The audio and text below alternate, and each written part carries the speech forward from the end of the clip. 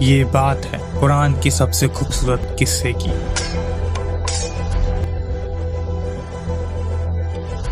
یہ داستان ہے حضرت یوسف علیہ السلام کی، ایک ایسا بچہ جسے سگے بھائیوں نے اندھیرے کنویں میں پھینک دیا، جسے بازار مصر میں غلام بنا کر بیچا گیا اور جس پر جھوٹے الزامات لگائے گئے۔ مگر کیا آپ جانتے ہیں کہ وہی قیدی آگے چل کے پورے مصر کا سلطان کیسے بنا؟ چلیے جانتے ہیں صبر اور یقین کا یہ عظیم سفر۔ یہ زمین ہے کنعان کی، آج کے فلسطین اور اس کے گرد کے علاقوں کا حصہ۔ یہی رہتے تھے اللہ کے نبی حضرت یعقوب علیہ السلام۔ ان کا گھر سادگی سے بھرا تھا مگر روحانی نور سے روشن۔ حضرت یعقوب علیہ السلام حضرت اسحاق علیہ السلام کے بیٹے اور حضرت ابراہیم علیہ السلام کے پوتے تھے۔ یہ صرف ایک خاندان نہیں تھا، یہ نبوت کا سلسلہ تھا۔ حضرت یعقوب علیہ السلام کے 12 بیٹے تھے، ان میں سے 10 ایک ماں سے تھے اور 2 یوسف اور چھوٹے بھائی بنیامین ایک دوسری ماں سے۔ یوسف علیہ السلام اپنے والد کے بہت قریب رہتے، ان کی باتوں کو غور سے سنتے، ان کے چہرے پر معصومیت تھی۔ مگر گھر کے دوسرے کونے میں ایک اور چیز پل رہی تھی، حسد۔ ان کے 10 بھائی محسوس کرتے تھے کہ ابا کا جھکاؤ یوسف علیہ السلام کی طرف زیادہ ہے۔ حسد چھپ رہتا ہے مگر جلتا رہتا ہے۔ ایک رات آسمان ستاروں سے بھرا ہوا، یوسف علیہ السلام نیند میں تھے۔ پھر اچانک ان کی آنکھ کھلتی ہے، سانس تیز، دل زور سے دھڑک رہا تھا۔ وہ اٹھتے ہیں ابا جان، اور دوڑتے ہوئے حضرت یعقوب علیہ السلام کے پاس جاتے ہیں۔ بیٹا یوسف، کیا بات ہے؟ ابا جان، میں نے ایک عجیب خواب دیکھا۔ میں نے دیکھا 11 ستارے اور سورج اور چاند سب مجھے سجدہ کر رہے تھے۔ حضرت یعقوب علیہ السلام سمجھ گئے یہ عام خواب نہیں تھا، یہ بشارت تھی۔ اپنا یہ خواب اپنے بھائیوں کو مت بتانا، ورنہ وہ تمہارے خلاف سازش کریں گے۔ اس رات حضرت یعقوب علیہ السلام سمجھ گئے تھے یہ بچہ صرف ان کا بیٹا نہیں، مستقبل کا نبی ہے۔ مگر جس پر اللہ کا انتخاب ہوتا ہے اس پر امتحان بھی ہوتے ہیں۔ یوسف علیہ السلام کے بھائی اکٹھا بیٹھے تھے، چہروں پر بے چینی، آنکھوں میں جلن۔ ایک بھائی کہتا ہے، یوسف اور اس کا بھائی ابا کو ہم سے زیادہ پیارے ہیں، حالانکہ ہم زیادہ طاقتور ہیں۔ یوسف کو قتل کر دو یا اسے کسی دور زمین میں پھینک دو تاکہ ابا کی توجہ صرف ہم پر ہو جائے۔ اسے قتل مت کرو، اگر کچھ کرنا ہی ہے تو اسے کسی کنواں میں ڈال دو، کوئی مسافر اسے اٹھا لے گا۔ یہ فیصلہ ہو گیا۔ پھر وہ سب جاتے ہیں اپنے والد کے پاس۔ حضرت یعقوب علیہ السلام، ابا جان، آپ یوسف کو ہمارے ساتھ کیوں نہیں بھیجتے؟ ہم اس کی حفاظت کریں گے۔ وہ کھیلے گا، خوش رہے گا۔ مجھے ڈر ہے تم اسے لے جاؤ گے اور کوئی بھیڑیاں اسے کھا جائے گا، جبکہ تم اس سے غافل ہو جاؤ گے۔ اگر بھیڑیا اسے کھا گیا جبکہ ہم اتنے سارے ہیں تو ہم تو کسی کام کے نہ ہوئے۔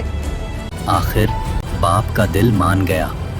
سفر، ریگستان کی ہوا، دور تک خاموشی۔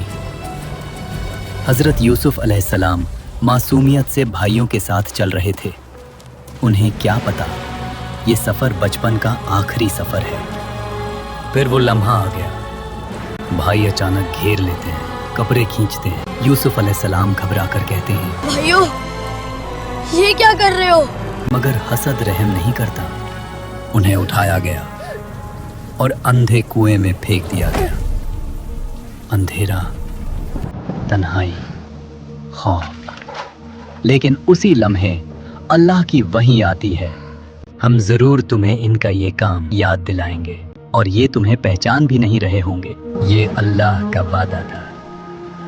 شام ہوتی ہے اور بھائی روتے ہوئے واپس آتے ہیں۔ جھوٹی کہانی، جھوٹا خون۔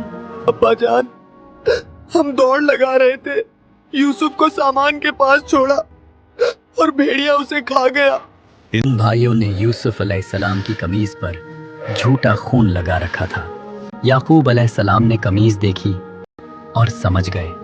उन्होंने सिर्फ इतना कहा, तुम्हारा नफ्स इस झूठ को सजा कर दिखा रहा है। ये सच नहीं है। ये कैसा भेड़िया था जो यूसुफ को खा गया, मगर उसकी कमीज को कोई नुकसान नहीं पहुंचाया। तो अब सब्र ही बेहतर है और अल्लाह ही मदद करने वाला है। ये एक अजीम सब्र की शुरुआत थी। एक दिन सुबह की खामोशी में रेगिस्तान से एक काफिला गुजरता है। पानी निकालने के लिए रस्सी कुएं में डाली जाती है। अचानक आवाज, यहाँ एक लड़का है। रस्सी के साथ बाहर आते हैं हजरत यूसुफ अलैहिस्सलाम। मासूम, मगर तकदीर बदल चुकी है। काफिला उन्हें माल की तरह छुपा लेता है। फिर वो रवाना होता है मिस्र की तरफ, एक नबी गुलामी की जंजीरों में। मगर अल्लाह का मंसूबा कुछ और है। मिस्र पहुंचकर बाजार में फरोख्त होती है। एक बासर शख्स अजीज मिस्र उन्हें खरीद लेता है और अपनी बीवी से कहता है, इसे इज्जत से रखना। मुमकिन है ये हमें फायदा दे या हम इसे बेटा बना लें। ये जुमला मुस्तकबिल की तरफ इशारा था। साल गुजर गए। हजरत यूसुफ अलैहिस्सलाम जवान हो चुके थे। हुस्न, वकार और पाकीज़गी का नूर उनके चेहरे पर वाज़े था। अल्लाह ने उन्हें हिकमत और इल्म अता किया, मगर महल के अंदर एक और आजमाइश इंतजार कर रही थी। महल में रहने वाली जुलेखा, अजीज की बीवी, उन्हें रोज देखती, उनकी शख्सियत से मुतासिर होती चली गई। यूसुफ अलैहिस्सलाम हमेशा हया, अदब और पाकीज़गी के साथ रहते, मगर जुलेखा के दिल में लगाव बढ़ता गया, यहाँ तक कि जज्बात काबू से बाहर होने लगे। फिर एक दिन अजीज की बीवी ने तन्हाई का मौका देखा। वो महल के सारे दरवाजे बंद किए और कहा, ओ यूसुफ, आज यहाँ कोई नहीं है। यूसुफ अलैहिस्सलाम ने फौरन कहा, मैं अल्लाह की पनाह चाहता हूँ। तुम्हारे शौहर ने मुझे इज्जत से रखा है। जुलेखा के काफी जिद करने के बाद यूसुफ अलैहिस्सलाम बचने के लिए दरवाजे की तरफ दौड़ते हैं। जुलेखा पीछे से कमीज पकड़ती है। कमीज पीछे से फट जाती है। दरवाजा खुलता है। सामने अजीज मिस्र खड़ा होता है। जुलेखा डर गई और फौरन इल्जाम यूसुफ अलैहिस्सलाम पर लगा दिया। इसने बुरी नीयत की, इसे कैद कर ले और दर्दनाक सजा दे। मगर अल्लाह ने दलील पैदा कर दी। वहां खड़े एक शख्स ने कहा, अगर कमीज आगे से फटी है तो यूसुफ झूठा, अगर पीछे से फटी है तो औरत झूठी। कमीज पीछे से फटी थी। सच वाज़े हो गया।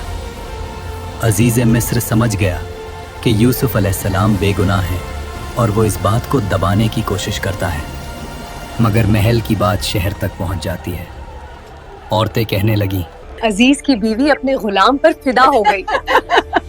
ताकतवर औरत मगर इश्क में पागल। जुलेखा ने सब सुन लिया। उसने फैसला किया कि सबको हकीकत दिखा दी जाए। एक खास महफिल सजाई गई। शहर की मुअज़्ज़ज़ औरतें दावत पर बुलाई गईं। हाथ में फल और छुरी दी गई। फिर जुलेखा ने यूसुफ अलैहिस्सलाम को बुलाया। दरवाज़ा खुला।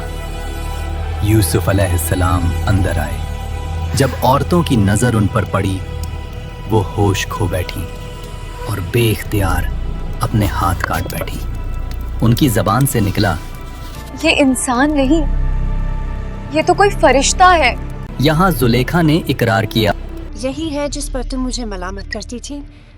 मैंने इसे रस्बत दिलाने की कोशिश की, मगर ये बच गया।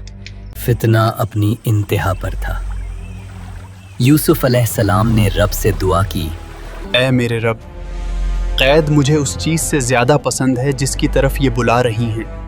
तू ही मेरा मददगार है। अल्लाह ने दुआ कबूल की। हकीकत सबको पता होने के बावजूद सियासी मसलहत से फैसला हुआ। यूसुफ अलैहिस्सलाम को कैद में डाल दिया गया। बेगुनाह नबी जंजीरों में, मगर तकदीर लिख रही है कैद से तख्त तक का सफर। बादशाह मिस्र ने ख्वाब देखा। 7 मोटी गायें जिन्हें 7 दुबली गायें खा रही हैं, 7 हरी बालियां और 7 सूखी। वो घबरा कर उठ गया